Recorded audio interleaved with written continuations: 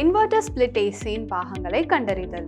வணக்கம், என் பெயர் சாருமதி. இன்றைய வகுப்பிற்கு நீங்கள் அனைவரும் உற்சாகமாக இருக்கிறீர்கள் என்று நம்புகிறேன். இந்த பகுதியில் நாம் இன்வெர்டர் ஸ்பிளிட் ஏசியின் பாகங்களை அடையாளம் காண போகிறோம். இந்த பயிற்சியின் முடிவில் உங்களால் இன்வெர்டர் ஸ்பிளிட் ஏசியின் மெக்கானிக்கல் மற்றும் எலக்ட்ரிக்கல் காம்போனன்ட்ஸ்களை அடையாளம் காணவும், இன்வெர்டர் ஸ்பிளிட் ஏசியின் சர்க்யூட்டுடன் வயர்களை இணைக்கவும், இன்வெர்டர் ஸ்பிளிட் ஏசியை நிறுவவும் முடியும்.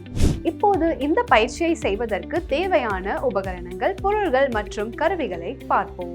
தேவையான கருவிகள் மற்றும் பொருள்கள்: ஸ்க்ரூ டிரைவர் ஒரு செட், டெஸ்டர் ஒரு எண், கட்டிங் பிளேயர் ஒரு எண், சுத்தியல் பால் பீன் 450 கிராம்கள் ஒரு எண், நெயில் ரிமூவர் ஒரு எண், ஸ்பிரிட் லெவல் ஒரு எண், மல்டிமீட்டர் ஒரு எண், டாங் டெஸ்டர் அல்லது கிளாம்ப் மீட்டர் ஒரு எண், ஸ்பேனர் ஒரு செட், ட்ரில்லிங் இயந்திரம் ஒரு எண், ஏர் ப்ளோவர் ஒரு எண், வால்வ் கீஸ் 4.7 மிமீ மற்றும் 6 மிமீ ஒரு எண், ஸ்க்ரூ ஸ்பேனர் 200 மிமீ, வயர் ஸ்ட்ரிப்பர் ஒரு எண், வயர் கிரிம்பிள் ஒரு செட், சால்டரிங் எக்யூப்மெண்ட் ஒரு எண். தேவையான உபகரணங்கள்: இன்வெர்டர் ஸ்பிளிட் ஏசி ஒரு எண், அவுட்டோர் யூனிட் ஒரு எண். தேவையான பொருள்கள் மற்றும் கூறுகள்: வயர்கள் தேவைக்கேற்ப, பிசிபி போர்டு ஒரு எண், காட்டன் வேஸ்ட் தேவைக்கேற்ப, இன்சுலேஷன் டேப் தேவைக்கேற்ப, பெயிண்ட் பிரஷ் ஒரு எண், ஆங்கிள் ஃப்ரேம், வாஷர்ஸ் ஒரு பெட்டி, ரப்பர் பேடுகள் ஒரு செட், கோச் ஸ்க்ரூ தேவைக்கேற்ப, ரிலே ஒரு எண், கெப்பாசிட்டர் ஒரு எண், டெர்மினல் பின்கள் ஒரு எண், ஆயில் அல்லது கிரீஸ் தேவைக்கேற்ப.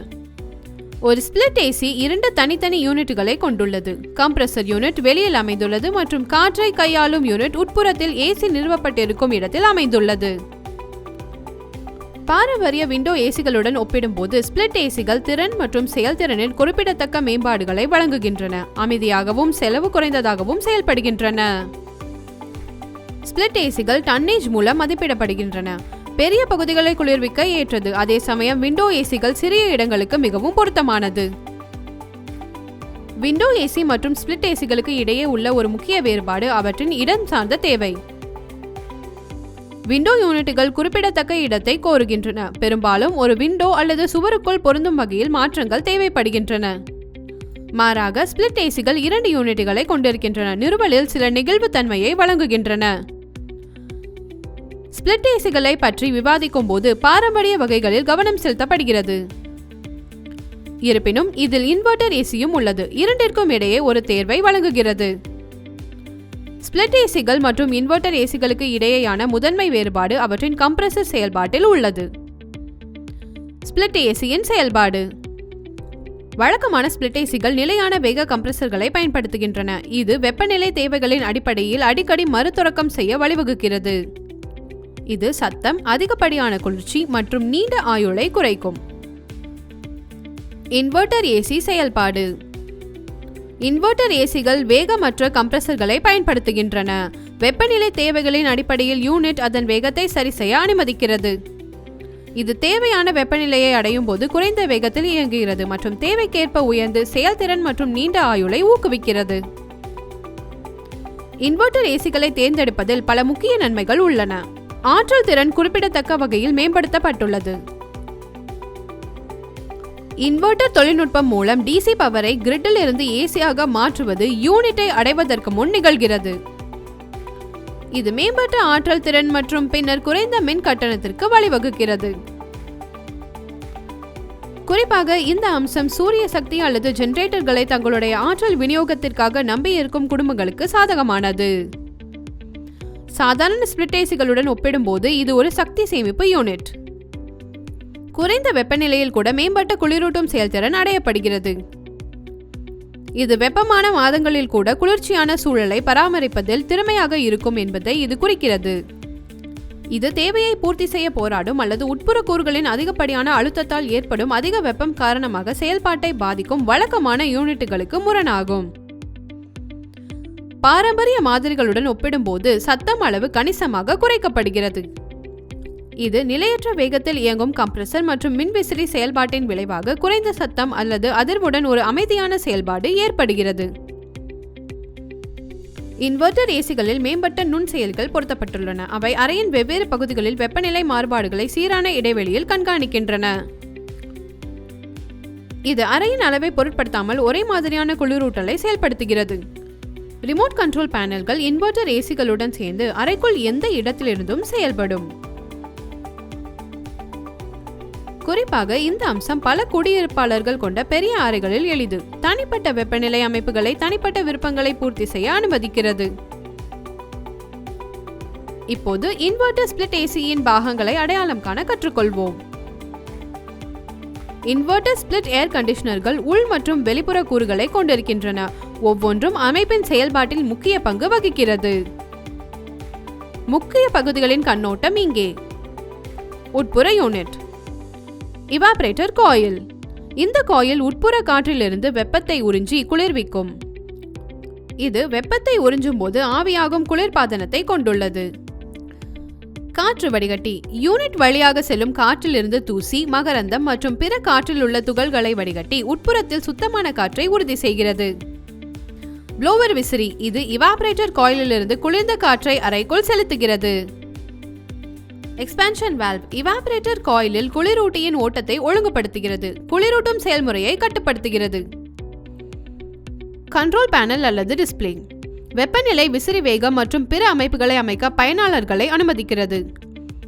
வெளிப்புற யூனிட். கம்ப்ரஸர். இது குளிரூட்டியை அழுத்தி கண்டென்சர் காயிலில் பாயும் முன் அதன் வெப்பநிலை மற்றும் அழுத்தத்தை உயர்த்துகிறது.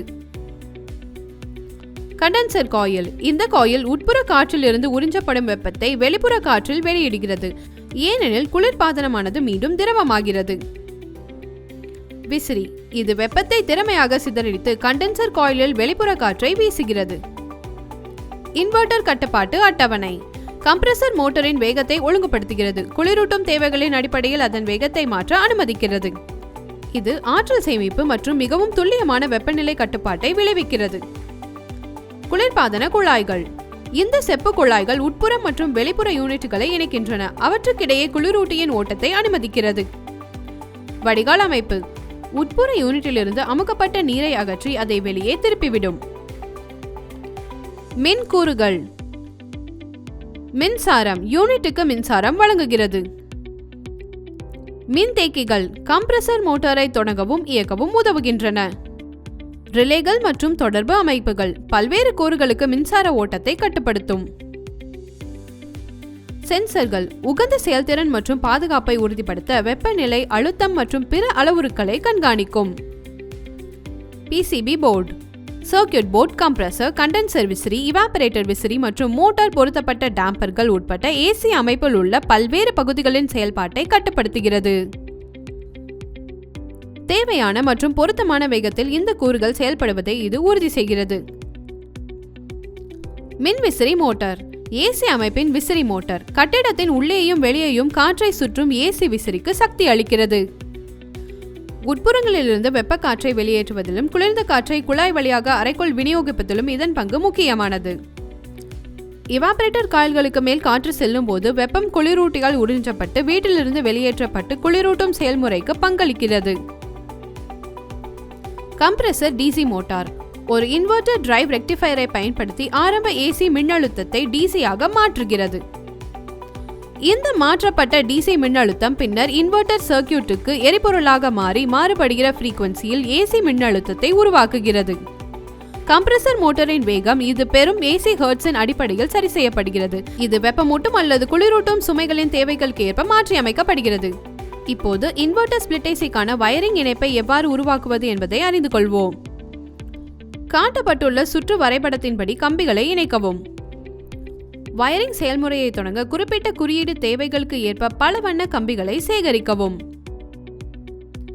வெளிப்புற கூறுகளை அவற்றின் நியமிக்கப்பட்ட இடத்தில் கவனமாக வைக்கவும். அடுத்து ஒவ்வொரு இணைப்பிற்கும் தேவையான கம்பி நீளத்தை கணக்கிட்டு அதற்கேற்ப அவற்றை வெட்ட தொடரவும். வயரிங் வரைபடத்தில் குறிப்பிட்டுள்ளபடி பொருத்தமான வண்ண கம்பிகளை தேர்ந்தெடுத்து அதற்கேற்ப இணைக்கவும். பொருத்தமான திருக்குகள் அல்லது கிளிப்புகளை பயன்படுத்தி இணைப்புகளை பாதுகாக்கவும். அவை சரியாக சரி செய்யப்படுவதை உறுதி செய்யவும். இணைப்புகளை எளிதாக்க தேவையான இடங்களில் இணைப்பிகளை பயன்படுத்தவும். மின் அபாயங்களை தடுக்க தேவையான போதெல்லாம் கம்பிகளை காப்பிடவும். கடைசியாக பாதுகாப்பு மற்றும் சரியான செயல்பாட்டை உறுதி செய்து சர்க்யூட்டுக்குள் வெளிப்படும் நேரடி கம்பிகள் இல்லை என்பதை உறுதிப்படுத்தவும். இன்வெர்டர் ஸ்பிளிட் ஏசி அமைப்பின் உட்புற மற்றும் வெளிப்புற யூனிட்டுகளை நிறுவவும். பணி 1. யூனிட்டை திறக்கவும். யூனிட்டை வெளியே எடுப்பதற்கு முன் உள்ளே இருக்கும் பொருள் சரியாக நிலைநிறுத்தப்பட்டுள்ளதா என்பதை உறுதிப்படுத்துவது முக்கியம். படி 1. ஆணிகளை அகற்றுதல். முதலில் மர பேக்கிங்கில் இருந்து அனைத்து ஆணிகளையும் பிரித்தெடுக்க ஒரு ஆணி நீக்கியை பயன்படுத்தவும். படி 2. மர பேக்கிங்கை அகற்றுதல். அடுத்து ஒரு சுத்தியல் மற்றும் ஆணி நீக்கியை பயன்படுத்தி ஒவ்வொரு பக்கத்திலிருந்தும் அனைத்து மர பேக்கிங்குகளையும் அகற்றவும். படி 3. போல்ட் மற்றும் நட்டுகளை அவிழ்ப்பது. கீழே உள்ள மரப்பகுதி மற்றும் வெளிப்புற யூனிட் அடித்தளத்திலிருந்து போல்ட் மற்றும் நட்டுகளை கழற்றவும். படி 4. ஆய்வு. அனைத்து கூறுகளும் நல்ல நிலையில் இருப்பதை உறுதி செய்ய முழுமையாக ஆய்வு செய்யவும். ஏதேனும் சேதம் அல்லது பள்ளம் இருந்தால் உடனடியாக சப்ளையருக்கு தெரிவிக்க வேண்டும். மின்தேக்கி யூனிட் மற்றும் உட்புற யூனிட் இரண்டிலும் கீறல்கள் உள்ளதா என சரிபார்க்கவும். மின்தேக்கி மற்றும் இவாபரேட்டர் ஃபின்களில் ஏதேனும் சேதம் ஏற்பட்டுள்ளதா என ஆய்வு செய்யவும். குழாய் மற்றும் பொருத்துதல்களை கவனமாக பரிசோதிக்கவும். கடைசியாக மின்விசிறி மோட்டாரை ஏதேனும் சேதம் ஏற்பட்டுள்ளதா என சரிபார்த்து சேவை வால்வ் பொருத்துதல்களில் ஏதேனும் சேதம் ஏற்பட்டுள்ளதா எனவும் பார்க்கவும். பணி 1. உட்புற யூனிட்டுகளுக்கான இடத்தை தேர்ந்தெடுப்பது. காற்றோட்டத்தை தடுக்கும் தடைகள் எதுவும் இல்லை என்பதையும் குளிர்ந்த அல்லது சூடான காற்று அறை முழுவதும் சமமாக பரவுவதையும் உறுதிப்படுத்திக் கொள்ளுங்கள். யூனிட் அல்லது அது பொருத்தப்பட்டுள்ள சுவர் அசையாத அல்லது அதிர்வடையாத நிலையான இடத்தை தேர்ந்தெடுக்கவும். விவர குறிப்பீட்டில் குறிப்பிட்டுள்ளபடி தேவையான அனுமதி கிடைக்கிறதா என்பதை உறுதி செய்து யூனிட் சேவை செய்வதற்கு போதுமான இடவசதி உள்ள இடத்தை தேர்ந்தெடுக்கவும். வயரிங் மற்றும் குழாய்கள் எளிதாக நிறுவி சிரமமின்றி சேவை செய்யக்கூடிய இடத்தை தேர்வு செய்யவும். பணி 2. வெளிப்புற யூனிட்டுக்கான இடத்தை தேர்ந்தெடுப்பது. இன்லெட் மற்றும் அவுட்லெட் குழாய்கள் காற்றினால் தடைப்படாத இடத்தை தேர்ந்தெடுக்கவும். பலத்த காற்று வீசக்கூடிய பகுதி என்றால் காற்று பாதுகாப்பு உரையை நிறுவுவதற்கான வழிகாட்டுதல்களை பின்பற்றவும். வலுவான காற்று செயல்திறன் சிக்கல்கள் அதிகரித்த அழுத்தம் காரணமாக தற்செயலான பணி நிறுத்தம் மற்றும் விசிறிக்கும் சேதம் ஏற்படலாம் என்பதை நினைவில் கொள்ளுங்கள். எனவே தடுப்பு நடவடிக்கைகளை எடுக்க வேண்டியது அவசியம்.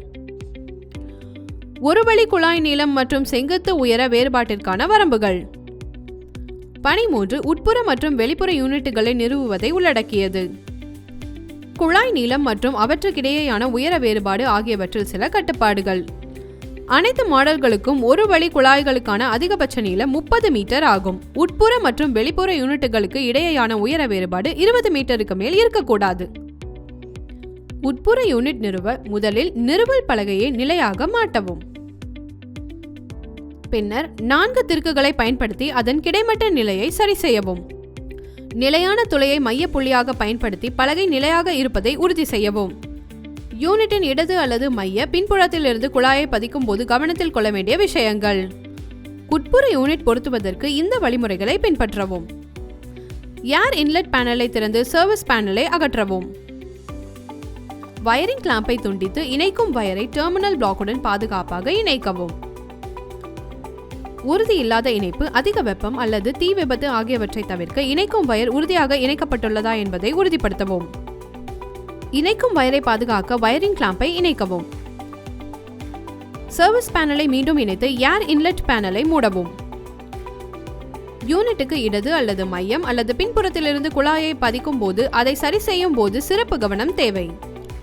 இண்டோர் யூனிட்டை நிறுவல் பலகையிலிருந்து அகற்ற உட்புற யூனிட் அடித்தளத்தின் கீழ் தாழ்பாலை குறிக்கப்பட்ட பகுதியை மேலே தள்ளி இருபுறமும் உங்களை நோக்கி சிறிது இழுக்கவும். பின்னர் நிறுவல் பலகையிலிருந்து பிரிக்க உட்புற யூனிட்டை மேல் நோக்கி தள்ளவும். வெளிப்புற யூனிட்டை நிறுவுவதற்கு யூனிட் நிலையாக இருக்கிறது என்பதை உறுதி செய்து அதை ஒரு நிலையான தளத்தில் வைக்கவும். உயரமான இடத்திலோ அல்லது பலத்த காற்று வீசக்கூடிய இடத்திலோ நிறுவினால் அடித்தள போல்ட் அல்லது வயர் மூலம் யூனிட்டை பாதுகாப்பாக மாட்டவும். உட்புற யூனிட் டெர்மினல் பிளாக்கின் டெர்மினல் எண்ணிக்கையின்படி வயரிங்கை இணைக்கவும். குறிக்கு அருகில் அமைந்துள்ள இணைப்புக்கு தரை திருக்கு பயன்படுத்தவும். சில பகுதிகளில் தொடர்ந்து பல நாட்களுக்கு வெப்பநிலை 0 டிகிரி செல்சியஸுக்கு குறைவாக இருந்தால் உறைபனி காரணமாக நீர் வெளியேறும் சிக்கல்களை தடுக்க வடிகால் நிறுவுவதை தவிர்க்கவும். பயிற்சியின் முடிவுக்கு வந்துவிட்டோம். இதனால் மெக்கானிக்கல் மற்றும் எலக்ட்ரிக்கல் பாகங்களை அடையாளம் காணவும், வயரிங் இணைப்புகளை உருவாக்கவும், இன்வெர்டர் ஸ்பிளிட் ஏசியை நிறுவவும் கற்றுக்கொண்டோம். இதை பற்றிய தெளிவான புரிதல் உங்களுக்கு இருக்கும் என்று நான் நம்புகிறேன். இந்த பயிற்சியை உங்கள் பயிற்றுவிப்பாளரின் உதவியுடன் பயிற்சி செய்யுங்கள். அனைவருக்கும் நன்றி. அடுத்த வீடியோவில் சந்திப்போம்.